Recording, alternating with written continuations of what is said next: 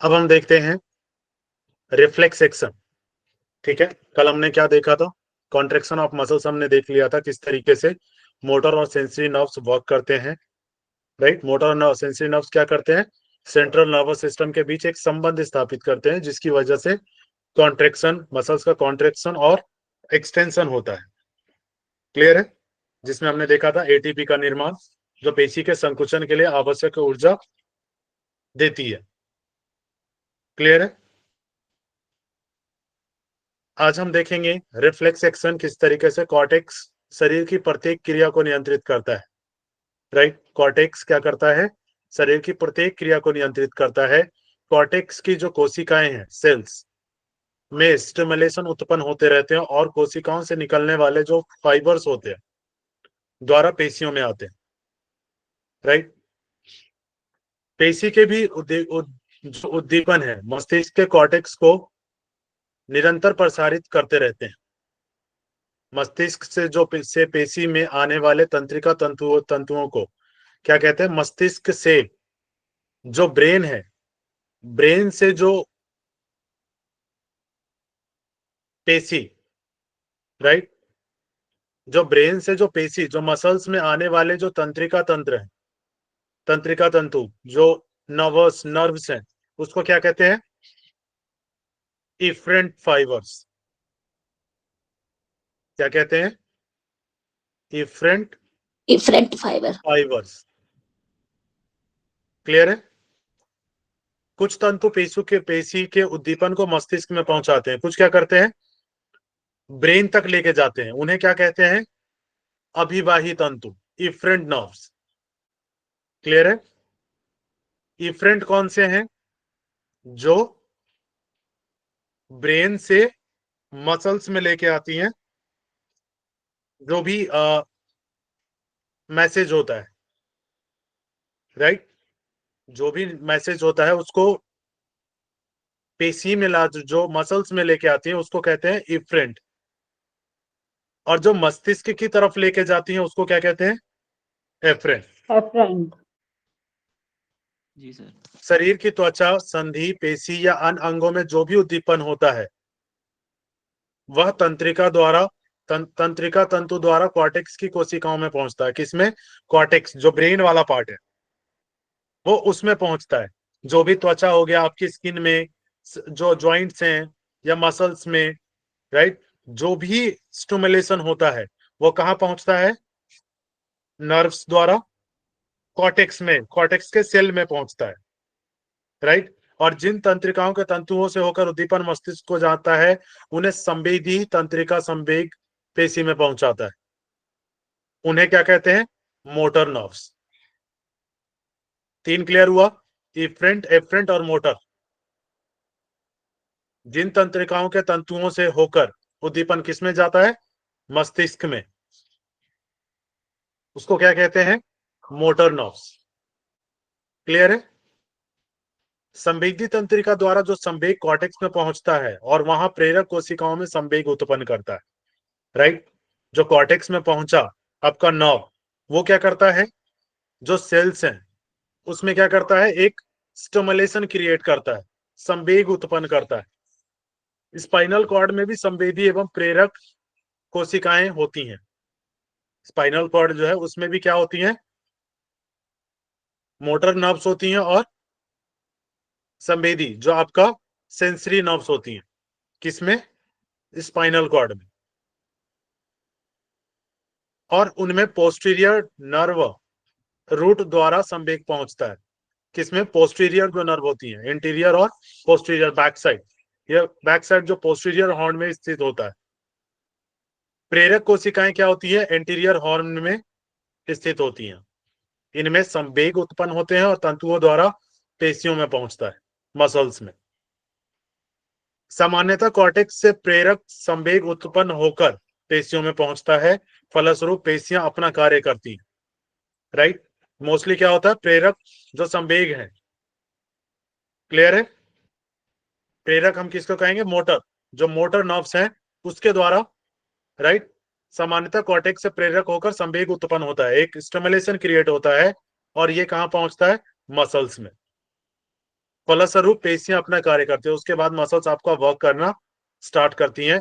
कभी कभी संवेग मस्तिष्क में ना जाकर स्पाइनल कॉर्ड के पोस्टीरियर हॉर्न में पहुंच जाता है, राइट। जरूरी नहीं है कि हर बार ब्रेन में ही पहुंचे, इसलिए सेकंड ब्रेन किसे कहा जाता है? बॉडी का सेकंड ब्रेन कौन सा है? स्पाइन। एनीवन? वेदन जी, शालिनी जी? Spine. Intestine sir. स्पाइन, ठीक है। कई बार ऐसा होता है ना कि आप किसी कार्य में इतना बिजी होते हैं कि आपका ब्रेन पूरा का पूरा वहां लगा होता है, लेकिन साइड से तब भी कोई आवाज दे तब भी रिएक्ट कर देते हैं आप। कैसे? वो ब्रेन के थ्रू। वो आपका कहां पे पहुंचता है? पोस्टीरियर हॉर्न में, और जिससे क्या होता है, और वहां से एंटीरियर हॉर्न में पहुंचता है, जहां से पेशियों को प्रेरणा मिलती है। इस क्रिया को प्रतिवर्त कहते हैं, क्रिया कहते हैं, रिफ्लेक्स एक्शन। इसी को क्या कहते हैं? Reflex action. रिएक्ट जो करते हैं आप। क्लियर हो गया कि ब्रेन और स्पाइनल कॉर्ड कैसे वर्क करते हैं मसल्स के लिए, कॉन्ट्रेक्शन के लिए। ये सारी चीजें कहां से होती हैं? कंट्रोल होती हैं कॉर्टेक्स से। और जो Cortex. ब्रेन से नीचे आ रही हैं उसको क्या कहते हैं? इफ्रेंट। और जो ब्रेन की तरफ जा रही हैं उसको क्या कहते हैं? Afferent. एफ्रेंट। नेक्स्ट आप कुछ मसल्स के नाम देख लीजिए, मसल्स के नाम आते हैं। ये क्लियर है या क्लियर है सभी को? Yes, sir. ठीक। हम सबसे ऊपर से शुरू करते हैं, बैक साइड की मसल से। क्लियर है? ट्राइपीजियस। ट्राइपीजियस आपको दिख रहा है? ये ट्राइपीजियस दिखा? ये देखिए, जो कि शोल्डर के पीछे वाली मसल्स है। Sir, shoulder Right? muscle बोलेंगे उसको? हाँ, शोल्डर ब्लेड के पास जो मसल्स है ना, उसके ऊपर, that is called shoulder muscles ही होगा। अगर ट्राइपीजियस में ऑप्शन शोल्डर का है ना, तो आप शोल्डर लगाओगे। क्लियर है? और जो आपका सबसे ये ऊपर वाला हिस्सा है, ये वाला, दैट इज कॉल्ड डेल्टॉइड। पीछे की तरफ ये वाला, ये डेल्टॉइड मसल्स है। ये वाला जो हिस्सा है ना अपर में, ये डेल्टॉइड। क्लियर है? लेटिस्मस डॉर्सी। लेटिस्मस डॉर्सी कहाँ की मसल्स है? ये देखिए, बैक की, पीठ के पीछे वाली, जो स्पाइन के साइड में है। लेविलेटर स्कैपुला, जो नेक की मसल्स है, ये वाली। तो इंपॉर्टेंट मसल्स है, मोस्टली उसी को देख रहे हैं जो क्वेश्चंस में आ रहे हैं। क्लियर है? ट्राइसेप्स ब्रोंका, जो ब्राइक की है, ट्राइसेप्स बैक की मसल्स आपके हैंड्स की, राइट। Tricep. फिर बाइसेप्स फेमोरिस। बाइसेप्स फेमोरिस कहाँ है? आपके थाइस के पीछे वाले हिस्से में। उसके बाद गैस्ट्रो सेनेमाइसिस। गैस्ट्रो सेनेमाइसिस कहाँ पे है? नी के पीछे। Knee के पीछे. अगर गैस्ट्रिक की प्रॉब्लम्स होती है तो हम लोग एक्यूप्रेशर में इसको प्रेस करते हैं। उसके बाद सोलेस। सोलेस कहाँ पे है? ये आपकी मसल्स हो गई काफ की। क्लियर है? ग्लूटेस मैक्सिमस। ग्लूटेस मैक्सिमस कहाँ की बोन है, कहाँ की मसल्स है? हिप। Hip की. क्लियर हो गया इतना? ये सारे इंपॉर्टेंट थे जो मैंने बताए। उसके बाद सर अगर एक हम बार ट्रांजियल रिपीट कर आते हैं, दीजिए ना। दोबारा रिपीट कर दूं? ठीक है। ट्राइपीजियस, और ये इतने शोल्डर की नाम मसल। याद कैसे होंगे? नाम याद कैसे होंगे? सर बहुत सर कंफ्यूजन हो रहा है। नोट करते जाइए अभी के अभी। जल्दी जल्दी। ठीक है, शायद ऐसा करना कंफ्यूजन नहीं पड़ेगा। होगा। फर्स्ट टाइम हो सकता है, कई बार क्या होता है, एक दो बार आप इसको देखेंगे ना, तो मुझे लगता है क्लियर हो जाएगा। क्लियर है? काफी टाइम बाद देख रहे हैं इसीलिए कंफ्यूजन हो रहा है। क्लियर है भूमि जी? सर कोई ट्रिक? सर इसके प्रोनाउंसिएशन बताओ क्या सर? हाँ बिल्कुल, रमेश जी हैं। वही सर सर ये कह जो रहे हैं रमेश काफ सर। की मसल है ना, हाँ जी, का काफ की मसल का गैस्ट्रोनीमियस प्रोनाउंसिएशन है, गैस्ट्रोनीमियस। सी ओके, साइलेंट है उसमें। ठीक है, गैस्ट्रोनेमियस, ठीक है, गैस्ट्रोनीमियस। ओके, ठीक है। हाँ, तो उसके उसके बाद में है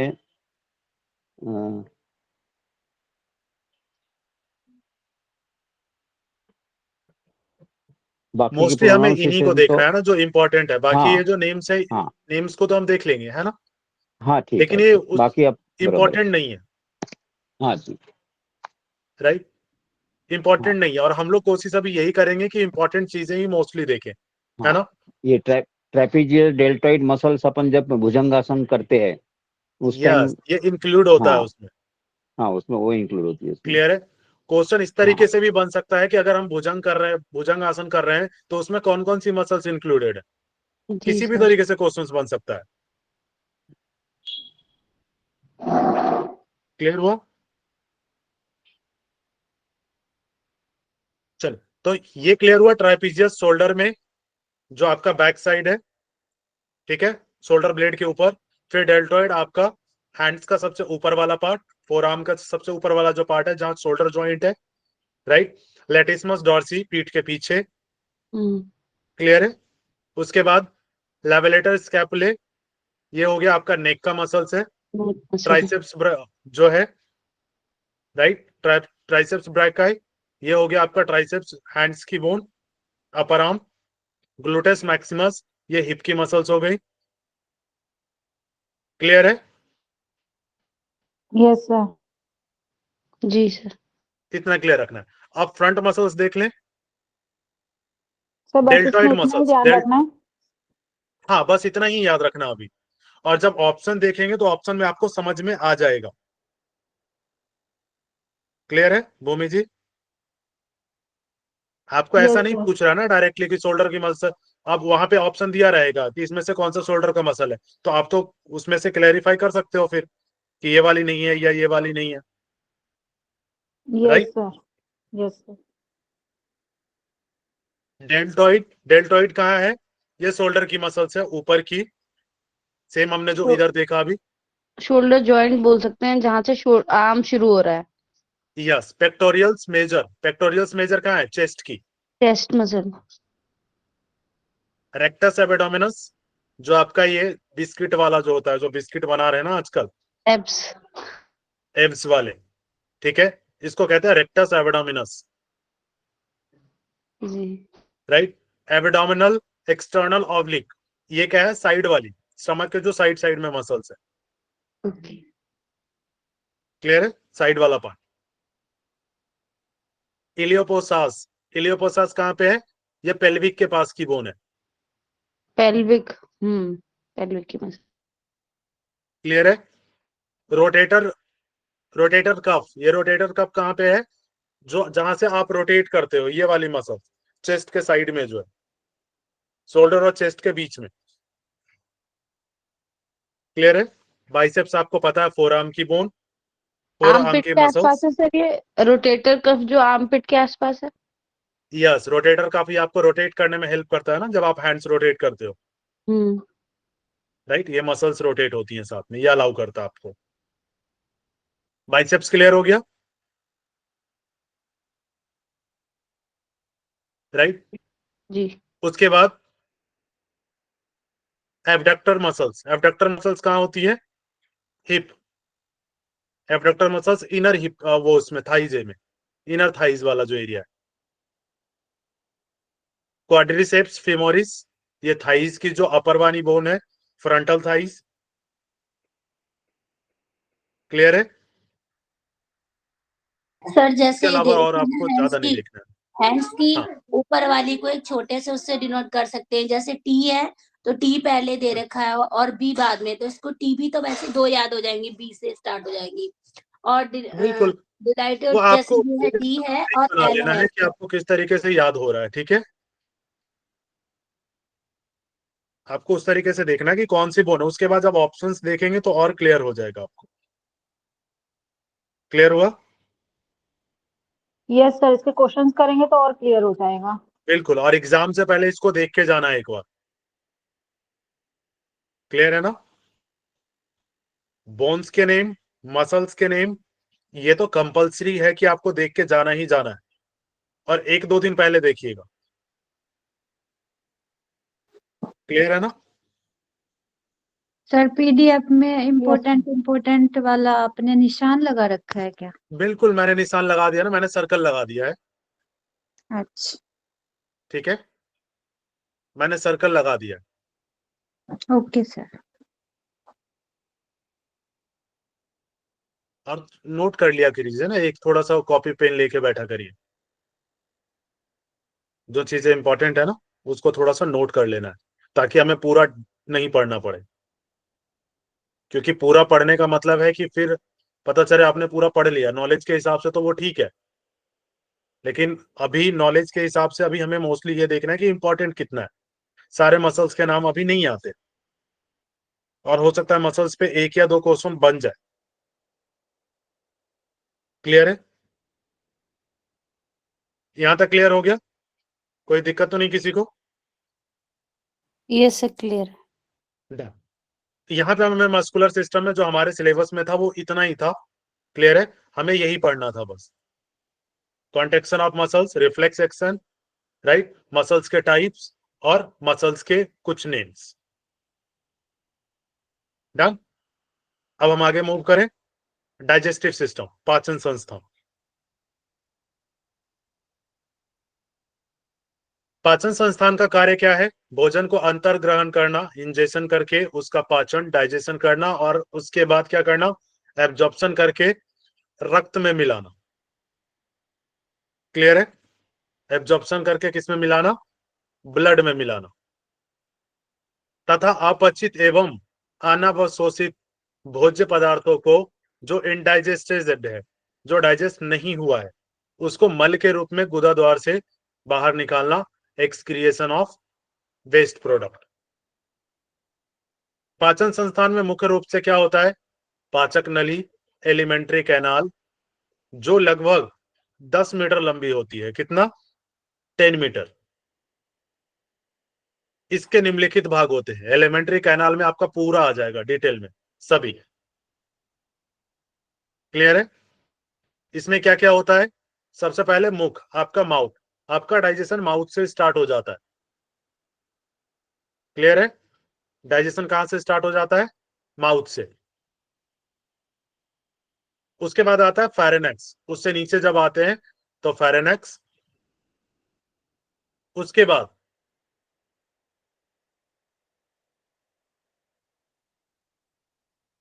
ऑसोफेगस, जिसको ग्रास नली कहते हैं।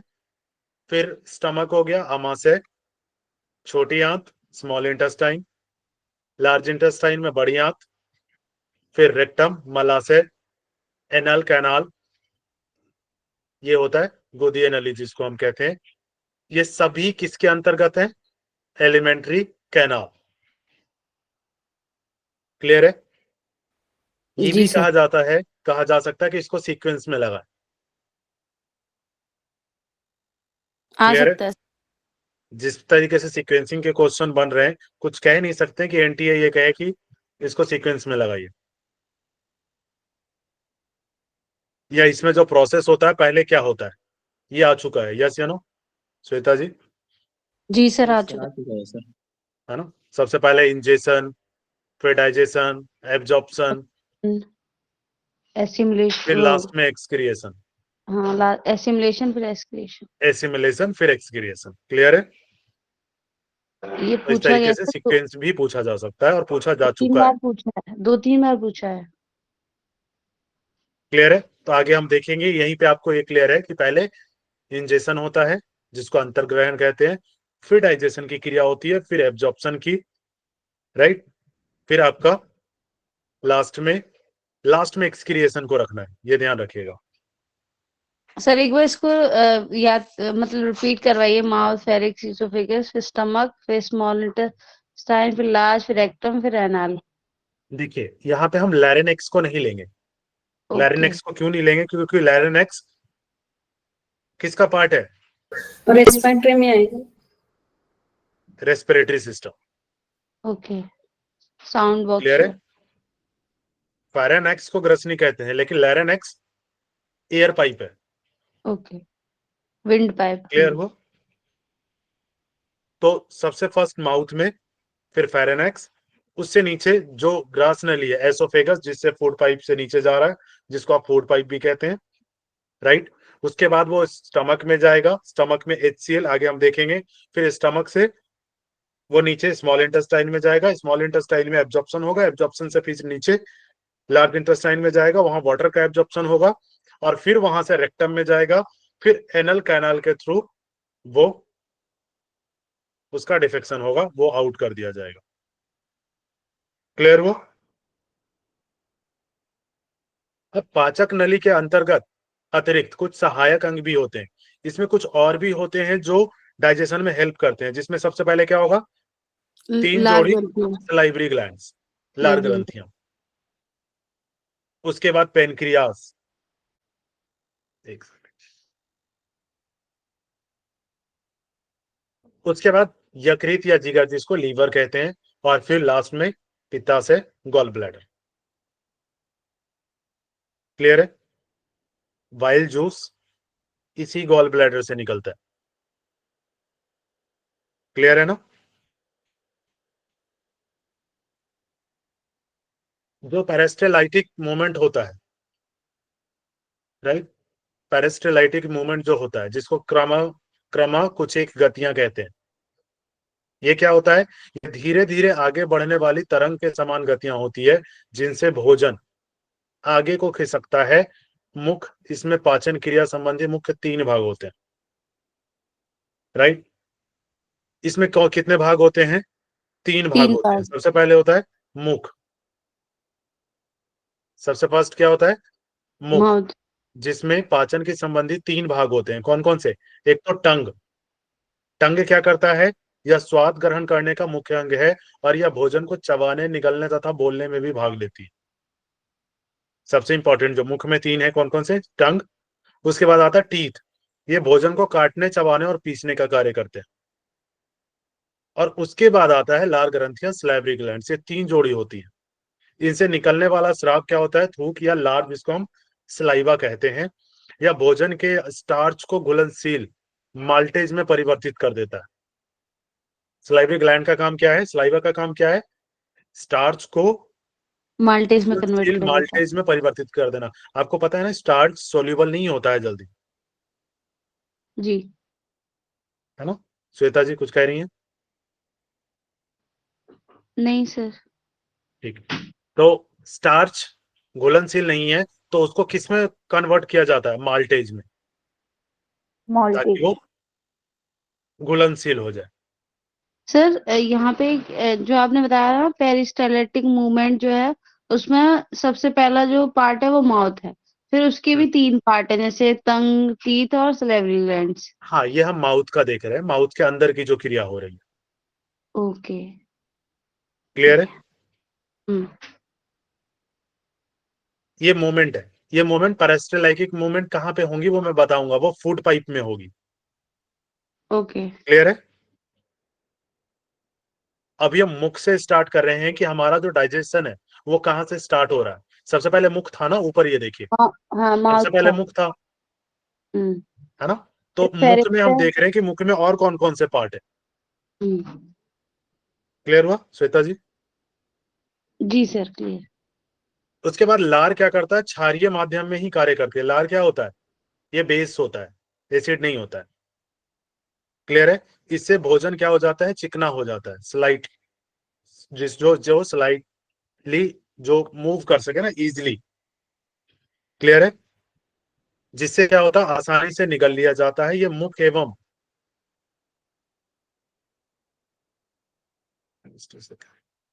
क्या वर्ड? सर ये लार ग्रंथियां 3 जोड़ी होती हैं, तो सर इसमें से निकलने वाला जो लार होता है सर एक ही प्रकार का होता है या अलग अलग होता है सर? नहीं, डिफरेंट प्रकार के होते हैं, एक ही नहीं होते। ठीक हो गया वो सर। ना मुंह Clear के है? अंदर ही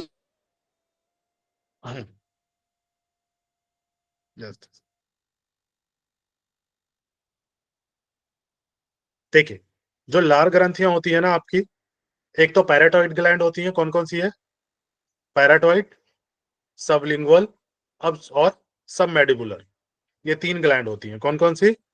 सबलिंगुअल, लिंगुअल, पैट्रॉइड, पैराटॉइड पेट्रोल, और सबमैंडिबुलर। मैंडिबुलर। ये 3 ग्लैंड है। क्लियर है?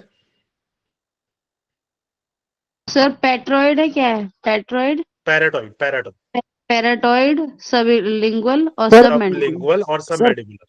हेलो हाँ जी। सर, पैरोटिड ये जो ग्रंथि है ना, हम्म ये सर सांप में जहर का काम करती है सर। यस, पैराटॉइड उनमें होता है। यस, जी जी सर, सर। राइट।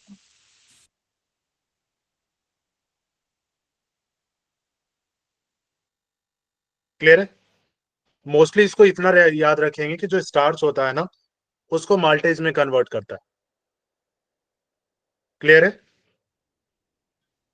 जो लार ग्रंथि है उसको माल्टोज में कन्वर्ट करता है। क्लियर हुआ। और जो पैराटॉइड से निकलती है, पैराटॉइड वाला क्या करता है, आपके माउथ को लुब्रिकेटेड रखता है। क्लियर हुआ। सर एक बार फिर से बता दीजिए। ग्रंथियों का काम क्या है, 3 ग्रंथि निकलती है, पैराटॉइड, सबलिंगुअल और सबमैंडिबुलर। क्लियर है। और इनका काम क्या है, जो आप स्टार्च भोजन में ले रही हैं उसको किस में कन्वर्ट करना, घुलनशील माल्टोज, माल्टेज में कन्वर्ट कर देना। माल्टेज। आपको इतना याद रखना है। क्लियर है। और आपके जो यस टिश्यूज सर। है उसको कोमल बनाए रखना, हार्ड ना हो जाए। मुख में लुब्रिकेंट रखता है, मुख को आपने देखा होगा हमेशा सलाइवा रहता है। क्लियर है। Yes sir. ये इसका वर्क है मोस्टली ग्लैंड्स का। क्लियर हो गया। Yes sir. जी सर।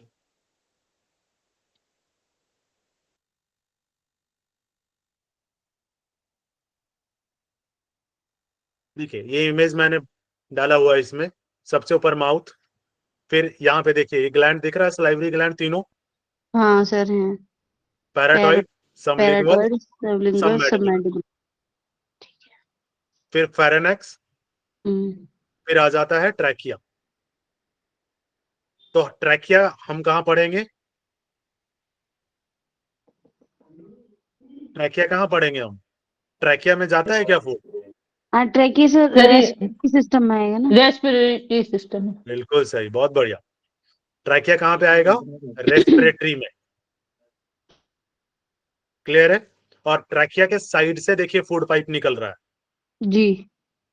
जहां से लैरिंक्स और फेरिंक्स डिवाइड होते हैं ना, वहां पे एक गेट लगा होता है, उस गेट को क्या कहते हैं, एपिग्लोटिस सर। एपिग्लोटिस।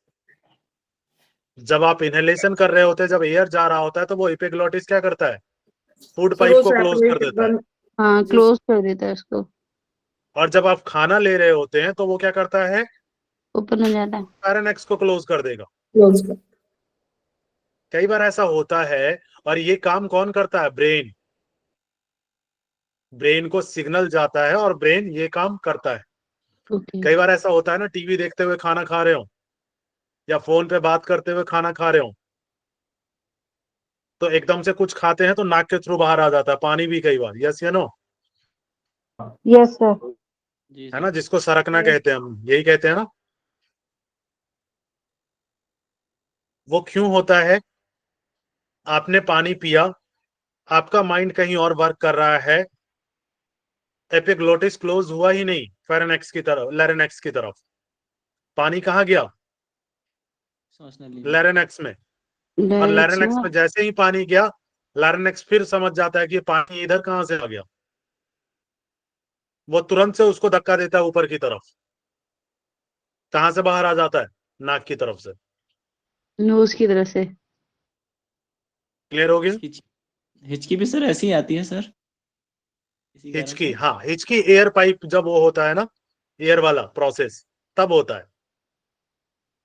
जब खाना विंड पाइप में जाता है ना। यस। क्लियर है। जी सर। इस तरीके से। उसके बाद एसोफेगस दिख रहा है, नीचे की तरफ आ गया, देखिए एसोफेगस। हाँ उसके सर। बाद एसोफेगस एंटर हो रहा है कहाँ, स्टमक में। स्टमक में। राइट, ऊपर डाइफ्राम वाला एरिया है। उसके बाद लीवर देखिए साइड में है, और गॉल ब्लैडर लीवर के जस्ट बगल में। स्प्लीन कहाँ है? स्टमक के जस्ट बगल में, पीछे की साइड की तरफ। उसके बाद ड्यूडेनम स्टार्ट हो जाता है, जहां से स्टमक खत्म हो रहा है। क्लियर है? फिर कॉमन बाइल डक्ट, जो कि पेनक्रियाज में आके मिल रहा है, पेनक्रियाज के पास। क्लियर है?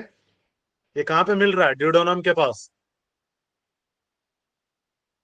सर उसके बाद पेनक्रियास कहाँ है इसमें?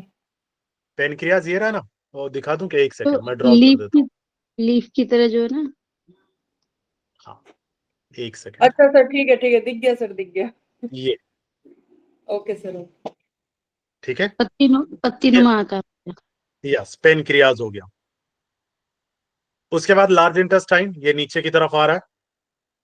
स्मॉल इंटेस्टाइन जो अंदर है, ये नाम असेंडिंग का स्मॉल है। डिसेंडिंग, और यस, इसका ये पार्ट है ना लार्ज इंटेस्टाइन का, असेंडिंग डिसेंडिंग और ट्रांसवर्स। यस, तीनों। ठीक है, फिर स्मॉल इंटेस्टाइन के बाद सीकम वाला एरिया आ गया, जो लार्ज इंटेस्टाइन की जहां पे स्टार्टिंग हो रही है। उसके बाद अपेंडिक्स, सबसे नीचे, ये दिखा अपेंडिक्स, जिसको आजकल जी। डॉक्टर तुरंत रिमूव कर दे रहे हैं कुछ प्रॉब्लम होने के बाद। वेस्टिजियल ऑर्गन के उसकी कैटेगरी में आ गया सर ये। यस, और ये आपके गुड बैक्टीरियाज को होल्ड करता है।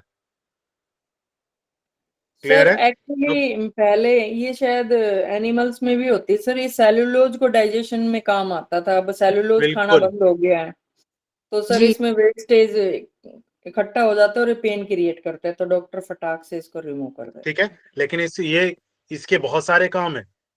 जी सर। राइट, आपके डाइजेशन के लिए जो गुड बैक्टीरिया चाहिए ना, वो यही इकट्ठा होता है। क्लियर है? Yes sir. फिर सिग्मोइड क्लोन डाउन में है, फिर रेक्टम, और फिर लास्ट में एनस। ये मैंने हिंदी में भी डाल रखा है ताकि आप हिंदी में भी देख सकें। क्लियर हो गया? इंग्लिश में समझ आ गया? Yes sir. ठीक है, अब हम देखते हैं सबसे पहले फेरेनेक्स। फेरेनेक्स का काम क्या है? यह भोजन को मुख से ग्रास नली में स्थानांतरित करने वाली लगभग 12 सेंटीमीटर लंबी नाली होती है। कितनी? 12 सेंटीमीटर। इसी से वायु भी नासा गुहा से होकर स्वर यंत्र लैरिनेक्स में जाता है। फेरेनेक्स से वहीं से जा रहा है, ठीक है, लेकिन फिर वो कन्वर्ट हो जाएगा किसमें? लैरिनेक्स में। वो चेंज होगा एपिग्लोटिस से। क्लियर है? एक तरफ भोजन फूड पाइप में जाएगा और एयर किधर जाएगा? लैरिनेक्स में। क्लियर हुआ? Yes sir. स्टार्टिंग जो है, जो गले से ऊपर से स्टार्ट हो रही है ना, सबसे ऊपर से, ये देखिए, ये यहां से, तो यहां तक तो फेरेनेक्स है ना। ये जो इपिग्लोटिस वाला जो एरिया है, ये यहां पे है, तो यहां से कन्वर्ट होगा और फूड पाइप और फिर लैरिनेक्स। क्लियर हुआ?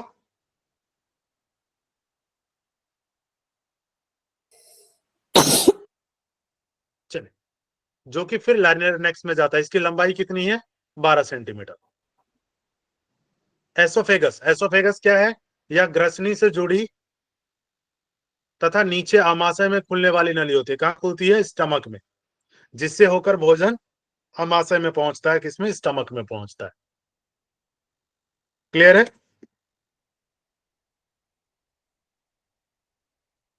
स्टमक में खुलती है। और जो पेरिस्टालसिस की जो प्रोसेस होती है, वो किसमें होती है? एसोफेगस में। क्लियर है? स्लोली, धीरे धीरे करके नीचे से कॉन्ट्रैक्ट होती है, फिर ओपन होती है, कॉन्ट्रैक्ट होती है, फिर ओपन होती है, कॉन्ट्रैक्ट होती है, फूड फिर नीचे आता है, फिर कॉन्ट्रैक्ट होता है, फिर फूड नीचे आता है। इस तरीके से प्रोसेस चलता है। क्लियर हुआ? इसमें जो मसल्स होती है, स्मूथ मसल्स होती हैं, जो कि हेल्प करती हैं पेरिस्टालसिस में। क्लियर हुआ? यस या नो? वेदन जी, श्वेता जी, पीयूष जी? जी सर। जी सर। जी सर। फिर हम देखते हैं स्टमक। यह भोजन के लिए क्या होती है? सही भंडार के रूप में कार्य करती है। अमाशय के स्लेमिक स्तर में विद्यमान जठरीय ग्रंथि, जिसको क्या कहते हैं? गैस्ट्रिक ग्लैंड्स, से गैस्ट्रिक जूस स्रावित होता है, जिसमें क्या होता है, हाइड्रोक्लोरिक एसिड। HCl कहाँ निकलता है, स्टमक में। क्लियर है। इससे आमाशय में विद्यमान भोजन अम्लीय हो जाता है, एसिडिटिक हो जाता है, और भोजन में विद्यमान जो भी सूक्ष्म जीव होते हैं वो क्या होते हैं, मर जाते हैं। गैस्ट्रिक ग्रंथियों से स्रावित होने वाले 3 प्रकार के एंजाइम होते हैं। कितने होते हैं, गैस्ट्रिक से निकलते हैं वो 3 प्रकार के होते हैं। पहला क्या होता है, पेप्सिनोजेन। फर्स्ट क्या है, पेप्सिनोजेन या हाइड्रोक्लोरिक एसिड की विद्यमानता में पेप्सिन में परिवर्तित हो जाता है। पेप्सिनोजेन किस में कन्वर्ट हो जाता है, पेप्सिन में। और पेप्सिन क्या करता है, प्रोटीन का पाचन करता है, जिससे प्रोटीन पेप्टोन में परिवर्तित हो जाता है। प्रोटीन किस में कन्वर्ट होता है, पेप्टोन में। और पेप्टोन क्या है, अमीनो अम्ल से बने सरल घुलनशील पदार्थ होते हैं, अमीनो एसिड से बने होते हैं। ये क्या होते हैं, घुलनशील होते हैं, सोल्यूबल होते हैं, क्योंकि प्रोटीन डायरेक्टली सोल्यूबल नहीं हो सकता ना, तो प्रोटीन कन्वर्ट होता है। उसको कन्वर्ट कौन करता है, पेप्सिनोजेन। क्लियर है। पेप्सिन में कन्वर्ट होता है, फिर पेप्सिन प्रोटीन का पाचन होता है, जिससे प्रोटीन किसमें, पेप्टोन में परिवर्तित हो जाता है, और फिर ये घुलनशील पदार्थ ऑलरेडी होते हैं तो ये सोल्यूबल हो जाते हैं। फिर हम देखते हैं रेनिन। रेनिन क्या है, यह एंजाइम दूध को दही बनाता है। रेनिन का काम क्या है, दूध को दही बनाना। यह घुलनशील प्रोटीन केसिनोजेन को केसिन में परिवर्तित करता है। केसिनोजिन को किसमें कन्वर्ट करता है, केसिन में, जो अघुलनशील दुग्ध प्रोटीन होती है। क्लियर है। जो क्या होती है, नॉन सोल्यूबल जो प्रोटीन होती है, ये किसमें पाई जाती है, दूध में। इस प्रकार की अलग की हुई केसिन पर पेप्सिन की क्रिया हो सकती है। जो केसिन है उस पे कौन सा प्रोसेस होगा, पेप्सिन की। क्लियर है। ये जो हमने देखा था ना ऊपर, पेप्सिन को प्रोटीन का पाचन करना, तो ये जब पेप्सिन के में कन्वर्ट हो गया तो इसका पाचन हो जाएगा। हाँ, कुछ कह रहे हैं। ये जो रेनिन है जो दूध को दही बनाता है, इसमें जो आप बता रहे हो कैसिनोजिन को कैसीन में कन्वर्ट कर रहा है, तो जो Yes. अग्लुशील दुग्ध प्रोटीन है वो केसीन उसको पेप्सिन की क्रिया कैसे, ये समझ में नहीं आया लास्ट वाली लाइन। केसीन में जब वो कन्वर्ट हुआ ना, ठीक है, हमने क्या देखा, जो अघुलनशील दुग्ध प्रोटीन होती है, कौन सी, केसीन, राइट। इस प्रकार अलग हुई केसीन, अब तो केसीन अलग हो गया ना,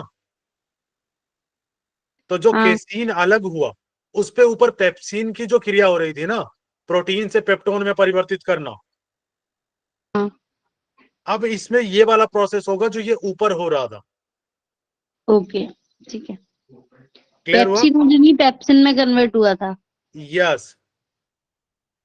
और पेप्सिन को फिर किस में कन्वर्ट किया गया था, पेप्टोन में। फिर तो वो इसको भी प्रोटीन को पेप्सिन की क्रिया होके ये किस में कन्वर्ट हो जाएगी, पेप्टोन में। और फिर उसका डाइजेशन हो जाएगा, क्योंकि वो फिर घुलनशील हो जाएगा, फिर वो एब्जॉर्ब कर लिया जाएगा। ओके सर, सिंपल फॉर्म बन रहा है मतलब ऐसे। बिल्कुल। और ये जो एंजाइम है ना, ये इसको तोड़ने का काम कर रहा है, ये नहीं होगा तो कन्वर्जन नहीं होगा। ओके सर, क्लियर है। सर Clear ये हुआ? जो रेनिन एंजाइम है ये दूध पीते हुए बच्चों में बहुत ज्यादा मिलता है। छोटे बिल्कुल, बच्चे होते हैं ना, क्योंकि फीड उनमें जो कन्वर्जन, बच्चे ज्यादा दूध पीते हैं ना। हाँ जी सर, फिर सर एज के बाद ये कम हो जाता है। बिल्कुल।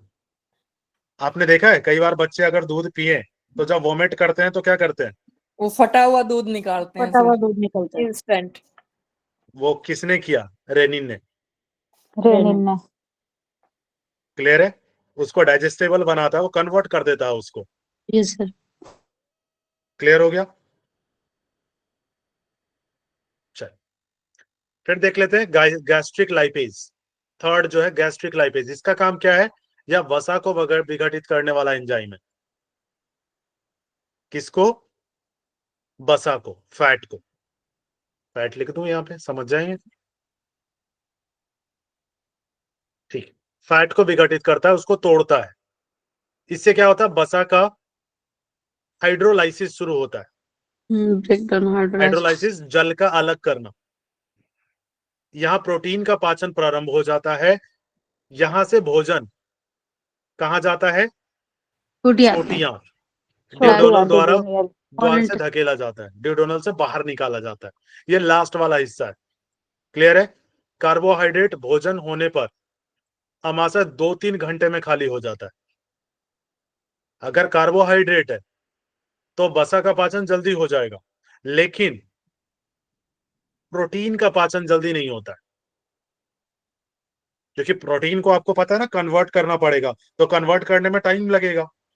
जी सर। तो उसके लिए ज्यादा देर स्टमक में रखना पड़ेगा भोजन को। क्लियर हुआ? यस। अधिक समय लगता था, बस ये फैटी भोजन होने पर आमाशय को खाली होने में सबसे अधिक समय लगता है, क्योंकि वसा को भी तोड़ने में टाइम लगता है। उसका रीजन देखिए, यहाँ पे हाइड्रोलाइसिस की जो क्रिया हो रही है, तो उसमें से पहले जल अलग किया जाएगा, राइट। अगर प्रोटीन होगा तो उसमें कितना टाइम लग सकता है? 2 से 3 घंटे में। अगर कार्बोहाइड्रेट होगा तो, राइट, कार्ब्स जो है। लेकिन अगर प्रोटीन है तो उससे ज्यादा समय लगेगा, और अगर फैट है तो उससे भी ज्यादा समय लगेगा, और वो भी डिपेंड करता है कि किस टाइप का फैट आप ले रहे हैं। क्लियर है ना? फैट के भी अलग अलग टाइप आपने देखे थे ना? जी क्लियर सर। है? तो ये डिपेंड करता है कि किस टाइप का फैट आप ले रहे हैं, किस टाइप का कोलेस्ट्रॉल। कोलेस्ट्रॉल फैट का टाइप है, आपने देखा था, है ना? Bad cholesterol, good cholesterol, HDL, LDL. Clear हो गया? Yes sir. देखिए, स्टमक के एक बार आप पार्ट देख लीजिए, इससे कई बार क्वेश्चन आया है, पिछली बार आ गया था जून में। यस या नो श्वेता जी? जी सर। क्वेश्चन था ना जून में, स्टमक के पार्ट्स। हाँ सर, स्मॉल इंटेस्टाइन के पार्ट भी पूछा गया था। स्मॉल इंटेस्टाइन के भी पार्ट पूछे थे। तो स्टमक के देख लीजिए, एसोफेगस सबसे पहले, सबसे ऊपर जहां से एंटर हो रहा है। उसके बाद सबसे ऊपर वाला पार्ट है, इसको फंडस कहते हैं। क्लियर है? फंडस, कार्डियक, और फिर पाइलोरिक। पाइलोरिक रस। क्लियर है? ये सेंटर में इसका इनसाइड का बॉडी है।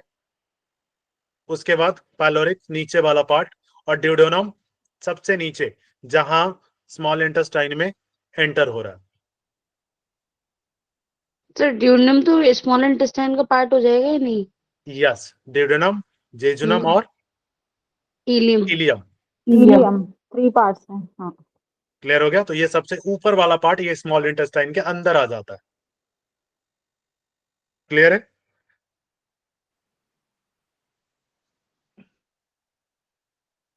चल, सर इसका आज यहीं क्रम तक आता है रखें, क्या? टाइम हो गया। मैम आ रही है क्या? पूजा मैम ज्वाइन कर गई?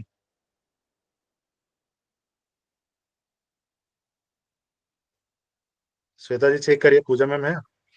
सर पीडीएफ निकलवाने या थोड़ा अपडेट करोगे उसमें कुछ? आप एक बार उसको रिवाइज करिए, अभी निकालवाइएगा मत, ठीक है? ठीक। ये सभी के लिए है, जो मैंने पढ़ा दिया है उसको रिवाइज करिए। पूजा मैम है तो? पूजा मैम है? हाँ, आई थी पूजा। जी सर, नेक्स्ट संडे टेस्ट है वो इस टॉपिक का ही है। फिर से बोले, किन का क्वेश्चन था? नेक्स्ट संडे जो टेस्ट है 6 यूनिट का, वो यही टॉपिक का है टेस्ट। नहीं नहीं नहीं नहीं नहीं नहीं, उसमें नहीं, वो आपका तो वो वाला साइकोलॉजी का। साइकोलॉजी कंप्लीट हुआ ना? साइकोलॉजी वाला। साइकोलॉजी का है। साइकोलॉजी, हाँ। साइकोलॉजी फिजियोलॉजी में कंफ्यूज मत होना भैया, साइकोलॉजी का है वो। फिजियोलॉजी अलग है, साइकोलॉजी अलग है, ठीक है? हालांकि दोनों पी से ही शुरू होते हैं। साइलेंट होता है, लेकिन शुरुआत पी से ही होता है ना? तो कंफ्यूजन नहीं रखना है। वो साइकोलॉजी है, ये एनाटॉमी फिजियोलॉजी है। उसमें आपने मानसिक क्रियाएं पढ़ी हैं और इसमें आप व्यवहार का अध्ययन किया है। यहाँ आप शरीर का अध्ययन कर रहे हैं और उसके जो कार्य हो रहे हैं उसका अध्ययन कर रहे हैं। क्लियर हुआ? सर नेट में तो आजकल एसएससी लेवल के क्वेश्चन आने लग गए जो अब वो लेवल पता टफ है ना, करते ही जा रहा है। इंडिया का सब सेकंड हाईएस्ट टफेस्ट एग्जाम है नेट। तो सबके लेवल निकलेंगे वो वाला हो रहा है, ये लेवल अपने बढ़ाते जा रहे हैं। देखिए, आपको ये चीज तो कंफर्म है कि टू द पॉइंट पढ़ने पड़ेंगे। क्लियर है? सर टू द पॉइंट जो तो दो है, तीन बार डेफिनेटली तो एग्जाम दे बहुत चुके हैं ज्यादा उनके लिए ये अच्छी अपॉर्चुनिटी है और उनको समझ में आ गया होगा कि तैयारी का लेवल क्या होना चाहिए। यस सर, सीक्वेंस सबसे ज्यादा आ रहा पेपर है, में सीक्वेंस सबसे थ्योरी ज्यादा फेल हो आती है। जाती है, जो पढ़ते हैं ना मेरा उन्हें खुद का पेपर एग्जाम में फेल कर देते हैं। मेरा खुद का एग्जाम 4th टाइम में निकला। सही बात। राइट? अब आप सोचिए कि 3 टाइम में डराओ मुझे ना इतना सर, कुछ इतनी सीखने को हिम्मत मिला। नहीं है। राइट पीयूष जी, 3 बार में इतनी चीजें समझ में आ गई कि आखिर क्वेश्चन आ कहां से रहे। जी सर। क्लियर है? तो फिर उसमें ये नहीं होता है कि हम पूरा पढ़ के जाएंगे। लेकिन सर है ना, जितना पढ़ते जा रहे हैं पीछे वाला ऐसा लग रहा है कि रिवाइज तो कर रहे हैं, कहीं भूल नहीं जाए, क्योंकि सीक्वेंस सबसे ज्यादा आ रही है। अब सीक्वेंस किस किस के ध्यान में रहेगी वो समझ में नहीं आ रहा। देखिए भूमि जी, मैं रियलिटी बता रहा हूँ आपको। ठीक है, ये श्वेता जी भी देख चुकी हैं, पिछली बार श्वेता जी ने भी एग्जाम दिया है इस बार। तो एक चीजें ध्यान रखिए, सीक्वेंसिंग आप सारे याद नहीं कर सकते। क्लियर है? Yes sir. आप अपना टारगेट रखिए, पता है कितने क्वेश्चन पे? 80। सर सीक्वेंसिंग के क्वेश्चन कितने आएंगे? साधारणतः सीक्वेंसिंग के क्वेश्चन कितने आते हैं? आप इतना मान के चलिए कि मैक्सिमम अगर सीक्वेंसिंग आएगा भी तो 6 क्वेश्चन, उससे ज्यादा नहीं। सर सीक्वेंसिंग में एक और गड़बड़ है सर, ज्यादा आते हैं। बीच बीच हाँ, में से लेकिन आता है ना, श्वेता इसलिए जी ये बहुत भी है ज्यादा ना गड़बड़ होता है। कि अगर आप उसमें हो सकता है कुछ ऐसे हों जो आपको आता हो ऑलरेडी, है ना, उसमें कुछ ऐसे भी हो सकते हैं जिसको हो सकता है आप लगा के चले आए और वो सही हो जाए, उसका तो आप कुछ नहीं कह सकते। क्लियर है?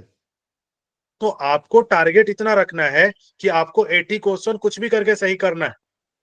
सर इसमें क्या है ना, सीक्वेंसिंग में तुक्का नहीं बैठता है।